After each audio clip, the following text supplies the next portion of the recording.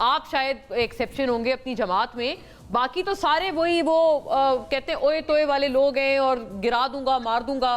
गंडापुर साहब ने अभी भी बड़ा आपने देखा है वो बयान दिया है, वो थू थू वाला, वो जो पिछले ब्लैक डे मनाते हुए, तो वो एक है तो सही ना जारहाना बयानात की लंबी फहरिस्त। और अभी जनरल साहब ने भी गिला किया था एक पिछले राउंड में, वो मैं आपसे पूछ नहीं पाई। उन्होंने कहा कुछ लोगों के नाम लेकर सिटिंग एस्टेब्लिशमेंट से खान साहब ने कुछ गैर मुनासिब बातें की जब वो अपनी उनकी हिरासत से पहले। वो कहते हैं बड़ा एक मतलब एक अनप्लेजेंट गुजरा, बिटर टेस्ट आ गया।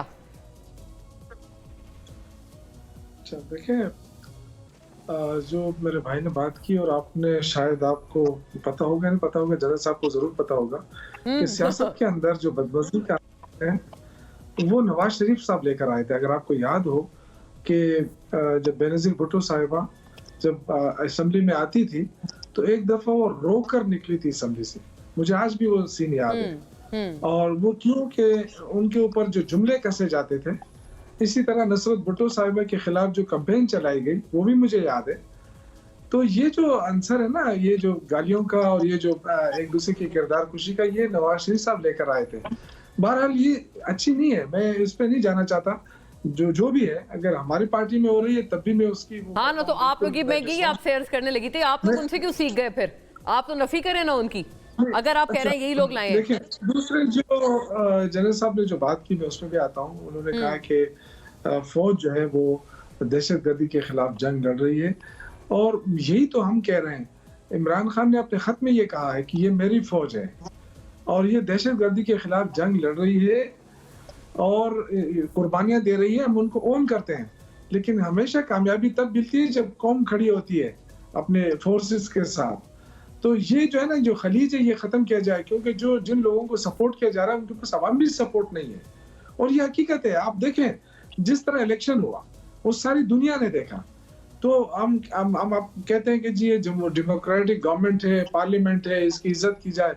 तो क्या हमें नहीं पता कि हमें किस तरह हराया गया, किस तरह हमसे मैंडेट छीना गया, किस तरह। अब ये कहा जाए कि जी पहले भी ऐसा हुआ है, तो अगर पहले ऐसा हुआ वो भी गलत था, अगर आज हो रहा है तब भी गलत है।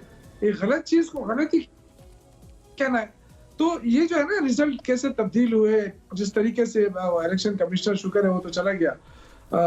इसी तरह जो मेरे भाई ने कहा कि 9 मई को हमला हुआ, 26 नवंबर को ये हमला किया, तो क्यों नहीं जुडिशियल कमीशन? वो तो कहते हैं दहशतगर्दी है, बिलाल साहब ने फरमाया, बदमाशी तो छोटा लफ्ज हुआ फिर। जी, मैं ये अर्ज कर रहा हूँ कि जुडिशियल कमीशन बना देना।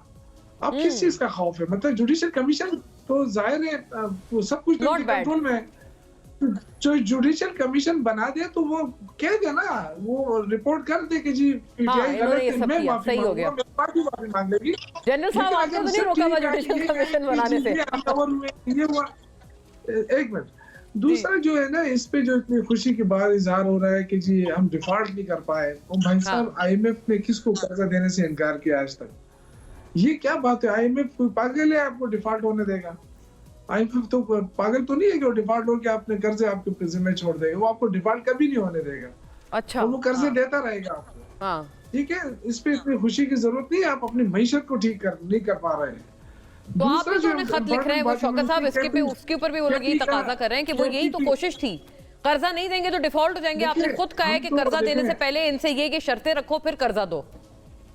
देखिए, वो तो इसलिए कि मुल्क तबाही की तरफ जा रहा है ना। मुल्क में देखें, जब डेमोक्रेटिक इंस्टीट्यूशन खत्म हो जाएंगे तो मुल्क अच्छा, बहुत दिलचस्प बात हुई है, लेकिन एंड में हुई है उस पर कर नहीं पाए। जुडिशियल कमीशन का उन्होंने तकाजा किया है कि इतना ट्रांसपेरेंट है तो बना दें, इनको दहशतगर्द भी डिक्लेयर कर दें।